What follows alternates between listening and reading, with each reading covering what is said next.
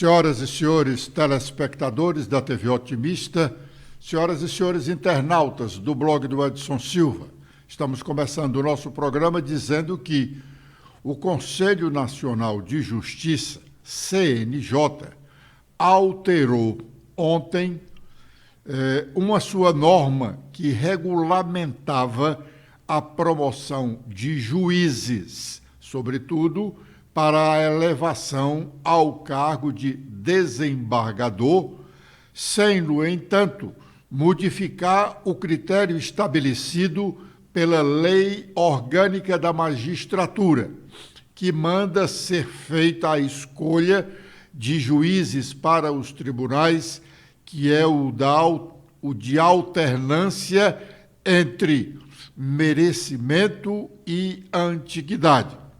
Toda vez que os desembargadores vão preencher vagas no tribunal, ou por aposentadoria ou por morte de algum desembargador, é feita uma lista tríplice.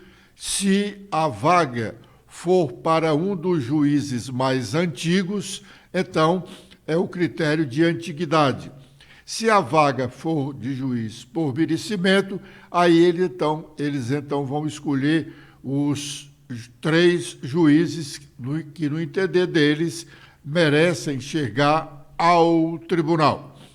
A escolha de juízes para vagas nos tribunais é diferente da escolha de desembargador para compor o 5º Constitucional. O 5º Constitucional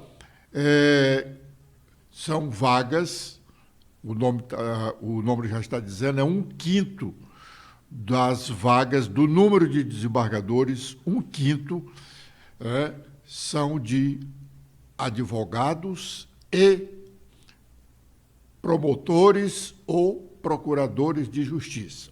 Em resumo, 1/5 das vagas, alternadamente, deve ser preenchido por um integrante do Ministério Público Estadual ou um integrante do quadro de advogados, apontados em lista sextupla pela OAB. A ministra Rosa Weber, que, como presidente do Supremo Tribunal Federal, também preside o Conselho Nacional de Justiça, proclamou o resultado da votação de ontem. O que foi a votação de ontem? Agora, os desembargadores terão que incluir na lista, terão que ter 2 listas. Se for merecimento, são 2 listas de merecimento. Uma integrada por juízes e outra composta por juízas. A promoção deve levar em consideração o gênero do magistrado. Então, houve essa alteração. Bom, a ministra Rosa Weber, quando foi proclamar o resultado, mostrou-se visivelmente emocionada. Era uma das suas teses defendidas já há algum tempo em defesa das mulheres.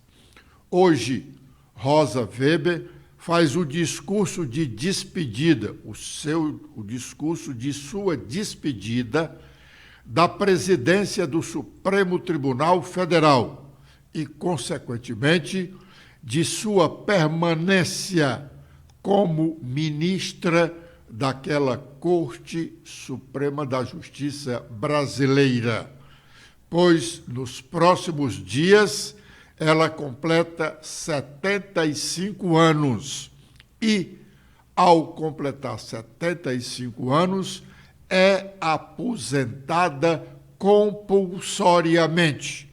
Ela não pode ficar um dia sequer a mais no exercício do cargo. Nenhum servidor público pode continuar no trabalho normal como servidor comum após completar 75 anos. O jornal O Estado de São Paulo destaca em sua manchete de hoje o movimento de parlamentares federais em protesto contra decisões já prolatadas pelo Supremo Tribunal Federal e as que estão próximas de serem prolatadas, como é o caso do porte de drogas para consumo. Stephanie. Olá, Edson. Olá, internautas do blog do Edson Silva. O Estadão destaca que, em relação à decisão do Supremo Tribunal Federal no julgamento do marco temporal e por conta da retomada de temas como o aborto e o porte de drogas, a Frente Parlamentar Agropecuária e outras bancadas iniciaram obstrução e declararam apoio a um projeto de emenda à Constituição que pretende sustar decisões da Corte, como revelou a coluna Estadão. Deputados planejam não marcar presença no plenário e em nenhuma comissão para impedir a formação de quórum e barrar votações em qualquer instância da Câmara. Como mostrou o Estadão, a Frente Parlamentar anunciou a união com as bancadas evangélica e da Bala em reação ao STF. A posição dos grupos indica o ultimato dado ao Senado para aprovar o princípio que só permite demarcação de terras indígenas ocupadas até 1988, ano da promulgação da Constituição. O marco temporal foi revogado pelo Supremo na semana passada. O projeto de lei que restitui a vigência do marco temporal está em tramitação na Comissão de Constituição e Justiça do Senado. O relatório passará por votação no colegiado nesta quarta-feira, para então ir a plenário. Não há expectativa que a proposta vá imediatamente a plenário em caso de aprovação na CCJ. Corroborando com essa matéria do jornal O Estado de São Paulo, o senador Eduardo Girão, senador cearense Eduardo Girão, no início da noite de ontem, publicou um vídeo anunciando a posição de senadores contra decisões do Supremo. Vamos ouvi-lo. Minha irmã, meu irmão, 19h16, acabamos de derrubar a sessão do Senado Federal numa obstrução conjunta da oposição aqui nessa casa, revisora da República, tendo em vista os abusos, a falta de respeito do nosso Supremo Tribunal Federal, as prerrogativas nossas aqui, legislando sobre droga, aborto, marco temporal e uma série de outras matérias que nós fazemos a nossa parte aqui e eles desfazem lá. Então, acabamos de derrubar a sessão, né? Não conseguiu o quórum para a votação de uma matéria, que são no mínimo 41, e automaticamente caiu a sessão no trabalho da oposição. Importante mantermos vigilantes e firmes para que, em primeiro lugar, a gente possa se dar respeito aqui e exigir respeito do tribunal que manda e desmanda no país, um tribunal, infelizmente, político-ideológico. Que o Congresso Nacional, o Senado da República e Câmara queiram se impor, nada a opor. Pelo contrário, nós somos defensores de um Congresso Nacional realmente forte, soberano. Esse forte não significa dizer que ele venha querer se sobrepor sobre os demais, executivo e judiciário. Nós sempre criticamos aqui a postura da Assembleia Legislativa cearense, dizendo, inclusive, que ela é uma secretaria, ou ela se põe como uma secretaria do governo do Estado, pois diz amém a tudo e não faz o trabalho realmente da sua competência. Mas não é interessante para o país, para a democracia, essa indisposição, entre legislativo e judiciário. Esse posicionamento já refletimos há alguns dias. A situação está tão belicosa que deputados e senadores foram aos arquivos do Congresso e trouxeram de lá um projeto antigo que dá poderes ao Congresso Nacional de anular, atenção, anular decisões do Supremo Tribunal Federal que não tenham sido tomadas por unanimidade.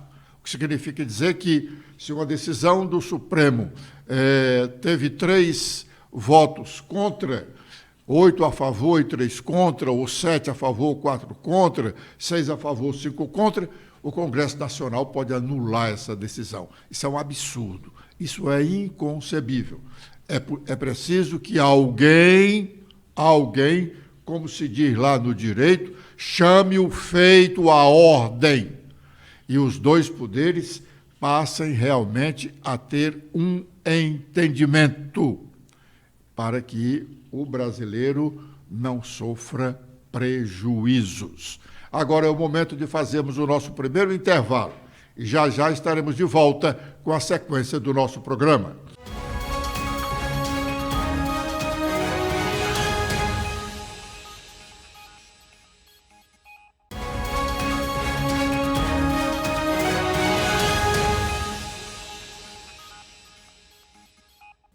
Bom, agora é o momento de sabermos quais as nossas manchetes. Letícia.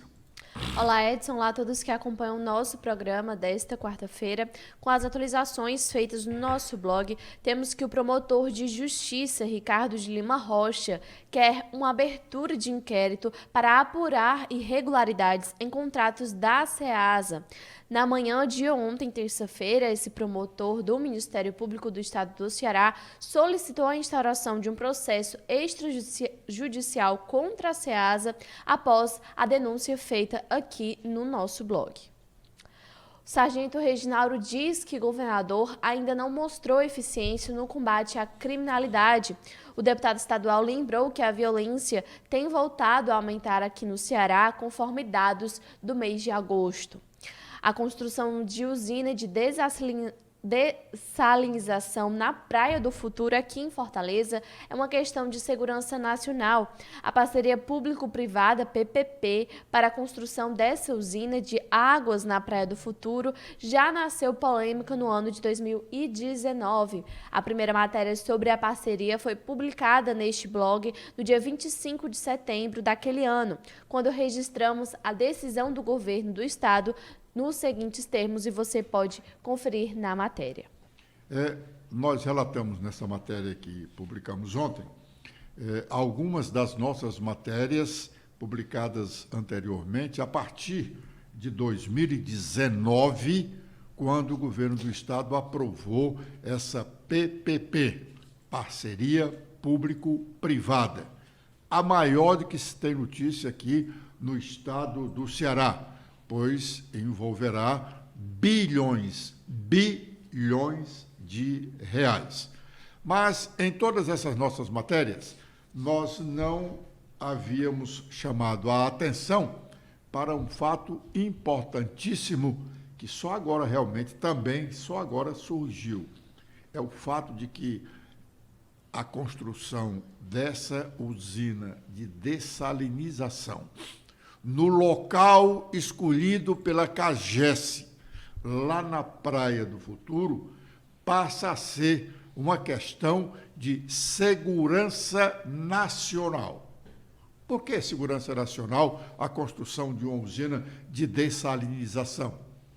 Exatamente porque naquele local, ou bem próximo daquele local, estão as saídas de 17 cabos submarinos.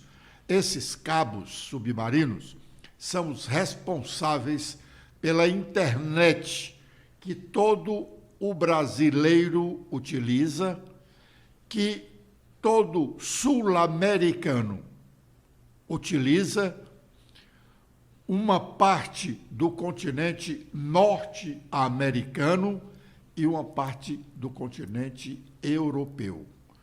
Todos esses povos são dependentes desta internet que sai aqui da Praia do Futuro, em Fortaleza. Os técnicos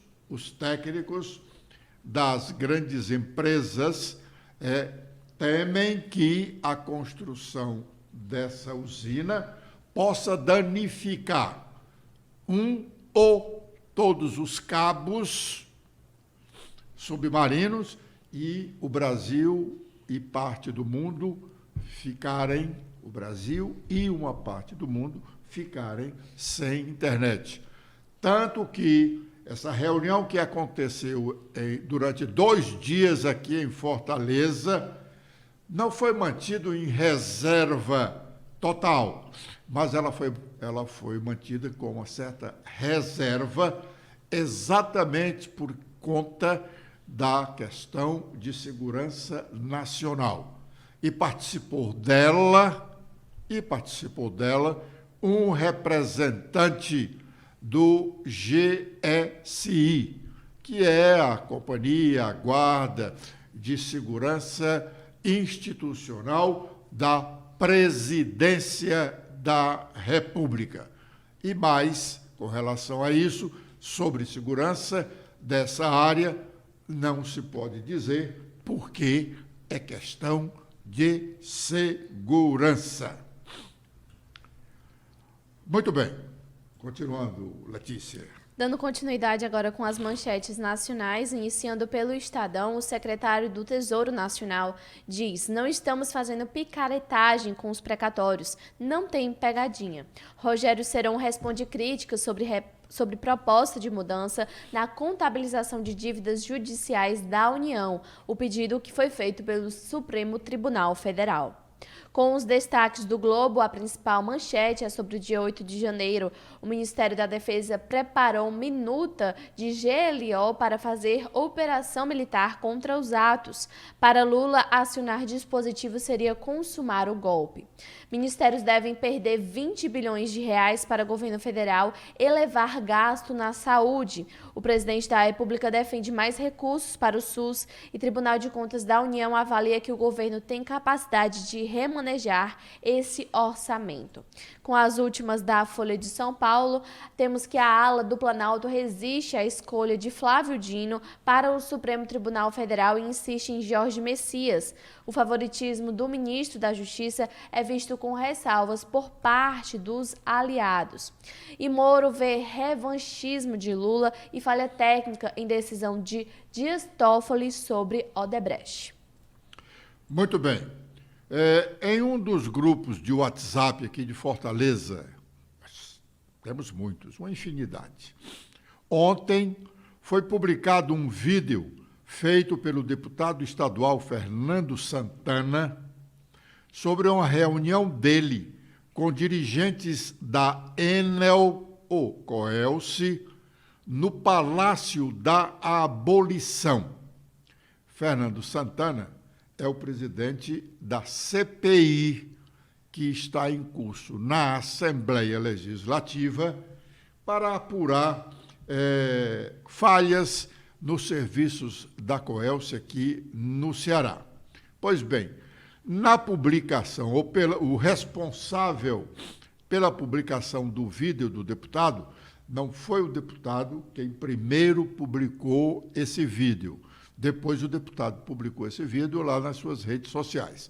Mas o responsável pela publicação desse vídeo do deputado Fernando Santana chama os deputados estaduais cearenses de calangos, pois só servem, segundo ele, para balançar a cabeça. Vamos ouvir o que disse Fernando Santana no vídeo. E viemos aqui a convite do secretário Nelson Martins para uma reunião com a empresa Enel. Depois de 24 meses, o parlamento trabalhando, discutindo, reverberando o sentimento da população, depois que abrimos a CPI para investigar a Enel, ela nos procurou para ter um diálogo.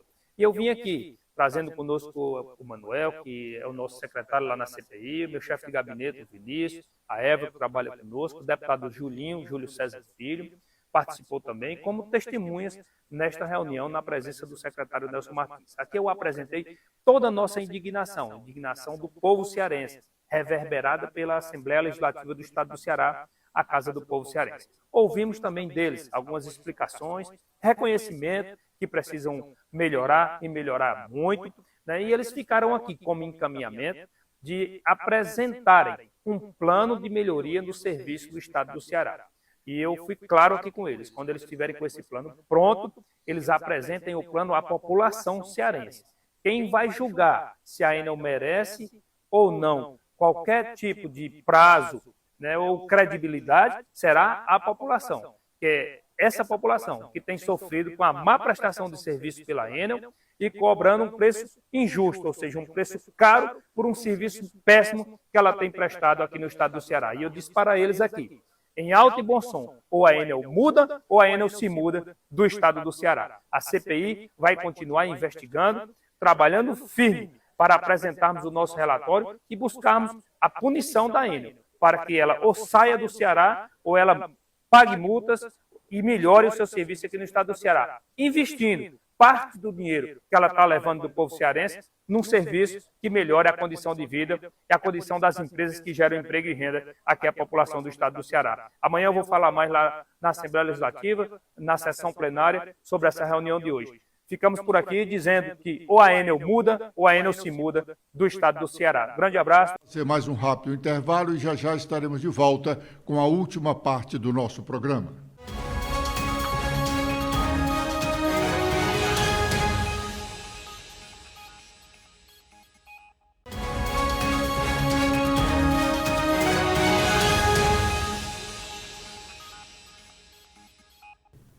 Bom, o fato de essa reunião do deputado Fernando Santana, presidente da CPI, ter ocorrido lá no Palácio da Abolição, é mais uma prova da falta de independência do Poder Legislativo. Bom, o pessoal da Enel está dando bolas para a Assembleia. Dá bolas, não dá nem satisfação. Então, o que é? Pô, estão enchendo o saco da gente. Aí o pessoal da Enel vai lá no Palácio da Abolição, procura um assessor do governador, é o Mano Santana. Eles não procuraram o governador, não. Procuraram um assessor do governador. Ressalte-se que esse assessor do governador é uma pessoa de bem, é um homem de bem. É o ex-deputado estadual Nelson Martins. Mas ele é assessor do governador. Se a Enel tivesse procurado o governador e o governador procurado o presidente da CPI, ainda assim poderíamos entender que era um entendimento entre Poder Executivo e Poder Legislativo. Mas não, foi o assessor do governador que chamou o presidente da CPI para ir lá no Palácio da Abolição tomar a bênção ao pessoal da Enel. Essa CPI, como já tínhamos dito ontem, foi desmoralizada pela própria Assembleia e agora por um assessor do governador, é o Mano de Freitas. Com esta observação, nós estamos encerrando o nosso programa de hoje, prometendo estar de volta amanhã com a proteção de Deus. Letícia. Eu também faço meus agradecimentos a todos que acompanharam o nosso programa de hoje. Espero revê-los amanhã. Até lá!